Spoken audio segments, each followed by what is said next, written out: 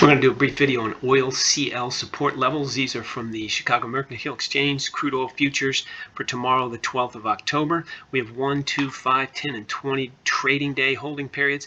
And we have buys tomorrow for you starting at 85.15 in the one-day column all the way up to $88.16 on the 20-day column. Again, they're all buys. In the higher win percentage row, you can see the one day's 92.46, and then it looks like it drops a little bit from the 2, 5, and 10s down to 85.15, and then back up for the 20-day hold, $86.87. So these are all buys tomorrow for your entertainment purposes only. You have to do your own analysis, can only use these for entertainment purposes only.